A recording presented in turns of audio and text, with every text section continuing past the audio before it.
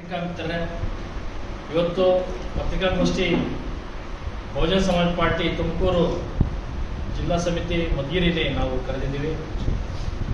ಈ ಪತ್ರಿಕಾಗೋಷ್ಠಿಯಲ್ಲಿ ನಾನು ಗುರುಮೂರ್ತಿ ಆದಂಥ ನಾನು ತುಮಕೂರು ಜಿಲ್ಲಾ ಉಸ್ತುವಾರಿ ಇದ್ದೀನಿ. ಬಹುಜನ ಸಮಾಜ ಪಾರ್ಟಿಯ ತುಮಕೂರು ಜಿಲ್ಲಾ ಉಸ್ತುವಾರಿ ಇದ್ದೀನಿ.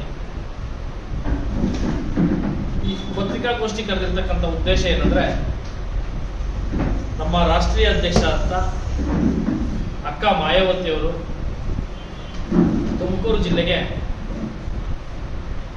ಹಿರಿಯ ಹೋರಾಟಗಾರರು, ಹಿಂದುಳಿದವರ ಪರವಾಗಿ ಹೋರಾಟ ಮಾಡಿದ್ದಾರೆ, ರೈತರ ಪರವಾಗಿ, ಮಹಿಳೆಯರ ಪರವಾಗಿ, ಅಲ್ಪಸಂಖ್ಯಾತರ ಪರವಾಗಿ, ದಲಿತರ ಪರವಾಗಿ ಸುಮಾರು 4 ದಶಕಗಳಿಂದ ಹೋರಾಟ ಮಾಡ್ತಾ ಇರ್ತಕ್ಕಂಥ ಮತ್ತೆ ಬಹುಜನ ಸಮಾಜ ಪಾರ್ಟಿ ಜಿಲ್ಲಾಧ್ಯಕ್ಷರು ಅಂತ JN ರಾಜಸಿಂಹ ಅವರನ್ನ ಅಭ್ಯರ್ಥಿಯಾಗಿ ಅಂತಿಮಗೊಳಿಸಿದ್ದಾರೆ ತುಮಕೂರು ಲೋಕಸಭಾ ಕ್ಷೇತ್ರಕ್ಕೆ. ಈ ಪ್ರಕ್ರಿಯೆಯಲ್ಲಿ ರಾಜ್ಯ ಸಮಿತಿ ಶಿಫಾರಸು ಮಾಡಿದ್ರಿಂದ ಆ ಶಿಫಾರಸನ್ನ ಅವರು ಒಪ್ಪಿಕೊಂಡಿದ್ದಾರೆ.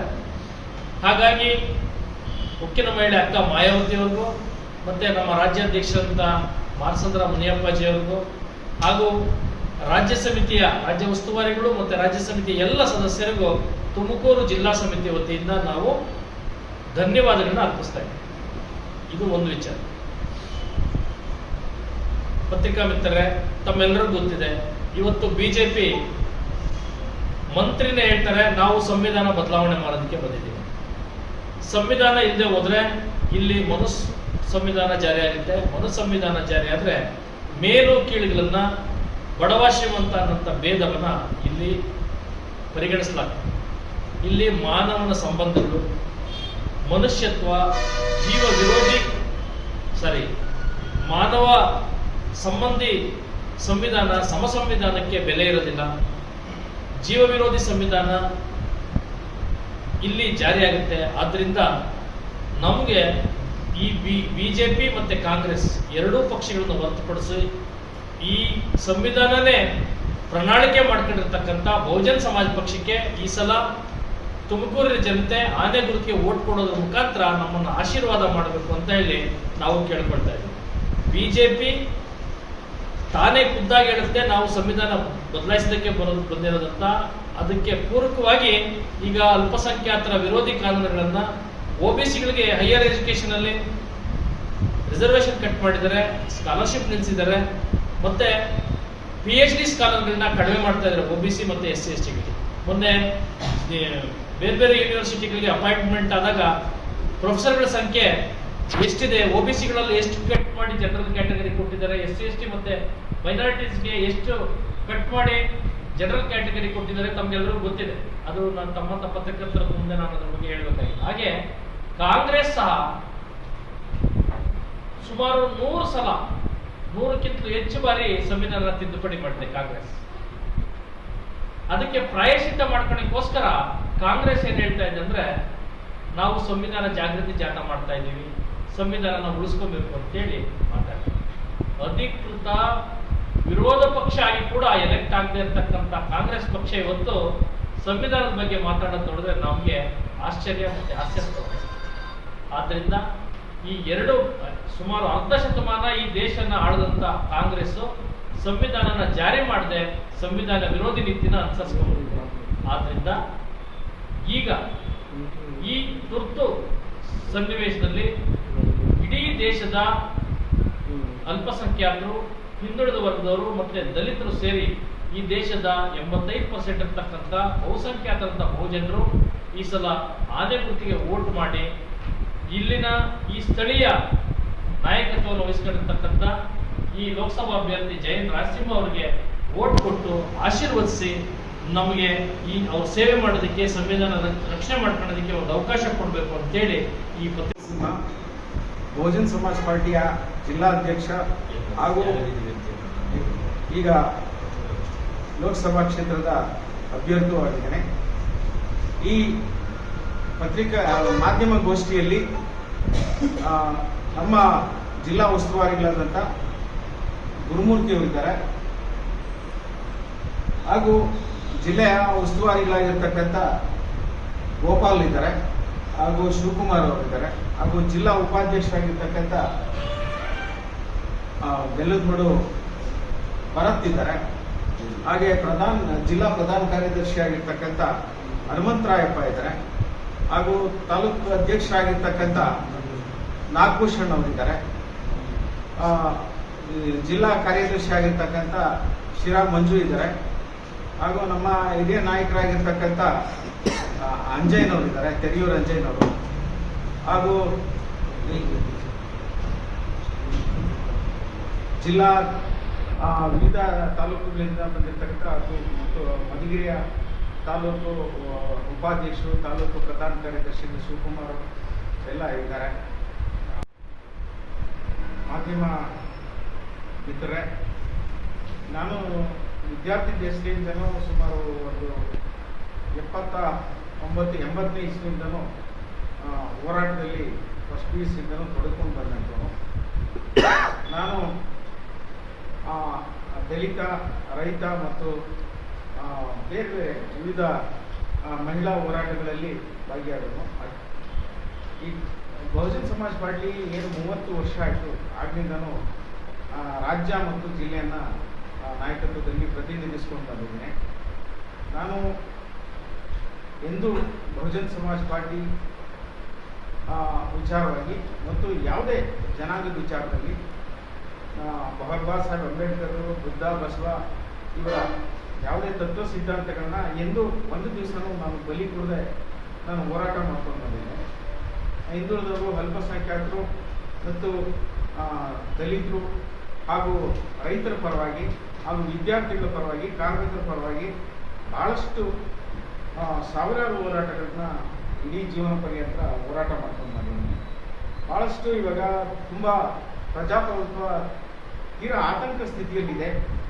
ಈಗ ತಾನೇ ನಮ್ಮ ಸಹೋದರ ನಮ್ಮ ನಾಯಕರಾಗಿರ್ತಕ್ಕಂಥ ಗುರುಮೂರ್ತಿ ಅವರು ಹೇಳಿದ್ರು, ಸಂವಿಧಾನವನ್ನು BJP ಬದಲಾಯಿಸ್ತೀವಿ ಅಂತ ನೇರವಾಗಿ ಹೇಳ್ತಾ ಇದೆ. ಆದರೆ 100 ಬಾರಿ ಕಾಂಗ್ರೆಸ್ ಸಂವಿಧಾನವನ್ನು ಬದಲಾವಣೆ ಈ ದೇಶದ ಬಡವರಿಗೆ ಸರಿಯಾದ ರೀತಿಯಲ್ಲಿ ಭೂಮಿಯನ್ನು ಕೊಟ್ಟಿದೆ.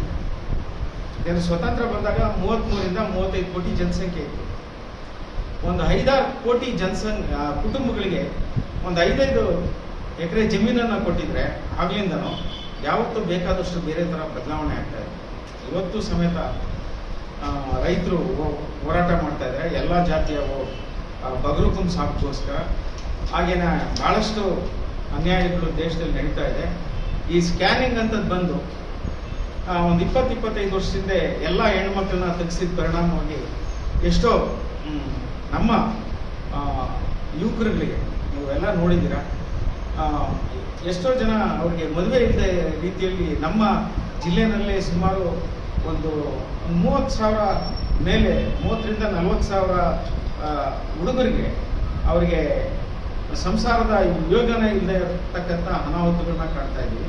ಯಾಕೆಂದರೆ ಇದೆಲ್ಲ ಮಾಡಿರ್ತಕ್ಕಂಥ ಸರ್ಕಾರಗಳು ಯಾವುದೇ ಸ್ಕ್ಯಾನಿಂಗ್ ಏನಿದ್ದಾವೆ ಅವನ್ನೆಲ್ಲ ಗೌರ್ಮೆಂಟ್ ಇರ್ತಕ್ಕಂಥವ್ರನ್ನ ಬಿಟ್ಟು ಎಲ್ಲವನ್ನು ಬ್ಯಾನ್ ಮಾಡಬೇಕು. ಇಲ್ಲ ಅಂತಂದರೆ ಮುಂದೆ ದೊಡ್ಡ ಅನಾಹುತಗಳು ಕಾಣ್ತಾ ಇದೆ. ರೈತರು ಸೂಸೈಡ್ ಮಾಡ್ಕೊಳ್ತಾ ಇದ್ದಾರೆ. ರೈತ ಯಾಕೆಂತಂದರೆ ಬಹಳ ಮುಖ್ಯ. ರೈತ ಇವತ್ತು ಕೊಬ್ಬರಿ ಮಾರೋದಕ್ಕೆ ಬಹಳ ಅನಾಹುತ ಕಾಡ್ತಾ ಇದೆ. ಯಾಕೆಂದರೆ ಜಗತ್ತಿನಲ್ಲಿ ಇರ್ತಕ್ಕಂಥ ಎಲ್ಲ ಸೌಲಭ್ಯಗಳು ನಿಂತೋಗ್ಬೋದು. ಆದರೆ ರೈತ ಬೆಳೀತಕ್ಕಂಥ ಅನ್ನ ಒಂದು ದಿವಸ ಏನಾದರೂ ಜಗತ್ತಿನಲ್ಲಿ ನಿಂತೋದ್ರೆ ಏನಾಗ್ಬೋದು ಅಂತ ಒಂದು ಕಲ್ಪನೆ ಇಲ್ಲದೆ ಇರ್ತಕ್ಕಂಥ BJPಯವರಾಗಲಿ, ಕಾಂಗ್ರೆಸ್ನವರಾಗಲಿ, ದಳದವರಾಗಲಿ ಯೋಚನೆಗಳಿವೆ. ಯಾಕೆಂತಂದರೆ ಅನ್ನ ದೇವರಿಗಿನ್ನ ಇನ್ನ ದೇವರಿಲ್ಲ ಅಂತ. ಅನ್ನನೇ ಬಹಳ ಶ್ರೇಷ್ಠವಾದ. ಅನ್ನ ಇಲ್ಲದೆ ಹೋದರೆ ಏನು ಮಾಡ್ಬೋದು ನಾವು? ಅದಕ್ಕೋಸ್ಕರ ಈ ಯಾವುದೂ ಇದೇ ಇಲ್ಲ. ಹೆಣ್ಮಕ್ಳ ಮೇಲೆ ಆಗ್ತಾ ಇರ್ತಕ್ಕಂಥ ದೌರ್ಜನ್ಯಗಳಿಗೆ ಯಾವುದೋ ಕಡಿವಾಣ ಹಾಕಿಲ್ಲ. ಅವ್ರ ಹಕ್ಕುಗಳನ್ನ ರಕ್ಷಣೆ ಮಾಡ್ತಾ ಇದ್ದಾರೆ. ಅದಕ್ಕೋಸ್ಕರ ಬಹಳ ಮುಖ್ಯವಾಗಿ ಈಗ ದೇಶದಲ್ಲಿ ಸಮಾನತೆಯನ್ನು ಉಳಿಸ್ಬೇಕಾಗಿರ್ತಕ್ಕಂಥದ್ದು ಎಲ್ಲ ಪಕ್ಷಗಳ ಒಂದು ಘೋಷಣೆ ಆಗಬೇಕಾಗಿತ್ತು. ಆದರೆ ಎಲ್ಲರೂ ಬರೀ ಈ ಗೆಲ್ಲೋ ಅಂತ ಒಂದು ಪ್ರಕೃತಿಯಲ್ಲೇ ಬಾಳ್ತಾ ಇದ್ದಾರೆ ಬಿಟ್ಟರೆ ಅವ್ರಿಗೆ ಬೇರೆ ರೀತಿ ಯೋಚನೆಗಳು ಬರ್ತಾ ಇಲ್ಲ. ಈ ದೇಶ ಹೆಂಗೆ ಉಳಿಸೋದು, ಈ ದೇಶನ ಅಭಿವೃದ್ಧಿಶೀಲ ಮತ್ತು ಅಭಿವೃದ್ಧಿ ರಾಷ್ಟ್ರ ಮಾಡಬೇಕು ಅಂತ ಒಂದು ಒಂದು ಸರಿಯಾದಂಥ ಒಂದು ಕಲ್ಪನೆ ಮತ್ತು ಯೋಚನೆಗಳು ಕಾಣದೇ ಇರತಕ್ಕಂಥ ಒಂದು ದೊಡ್ಡ ಇದಾಗಿದೆ. ಏಕೆಂತಂದರೆ ಈ ದೇಶನ ಲೂಟಿ ಮಾಡ್ಕೊಂಡು ಹೋಗಿರ್ತಕ್ಕಂಥ ಎಷ್ಟೋ ಜನ ಸಾವಿರಾರು ಕೋಟಿ ಲಕ್ಷಾಂತರ ಕೋಟಿಗಳ